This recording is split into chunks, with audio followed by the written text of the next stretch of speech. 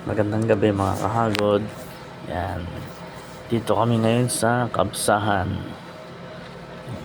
Medyo malapit lang yan sa aming bahay kaya nagpasya kaming kumain ng kabsa muna ngayon. Dalawa lang kami kasi yung ibang kasama namin naka-duty pa. Kaya dalawa lang kami. Yan. Binigyan kami ng sabaw dyan eh.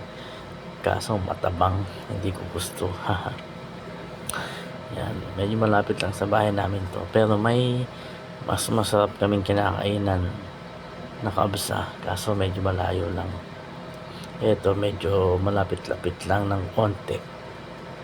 Kaya dito kami napunta. Kahapon nag-pizza kami. So ngayon, kabsa muna.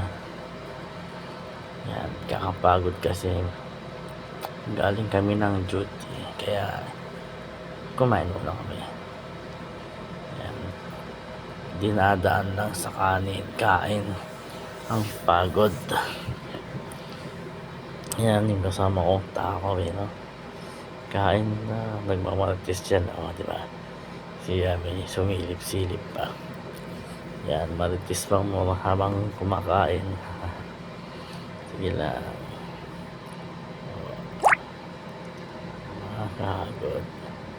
Minito lang kami. Pagkatapos ng duty, kakain, tapos tutulog ulit. Tapos kinaumagahan, duty ulit. Ayan. Ganito lang naman, tiis-tiis lang. Habang nandito eh, tiis-tiis lang. Ay, sa bagay, wala naman kaming magagawa. Ayan, salamat.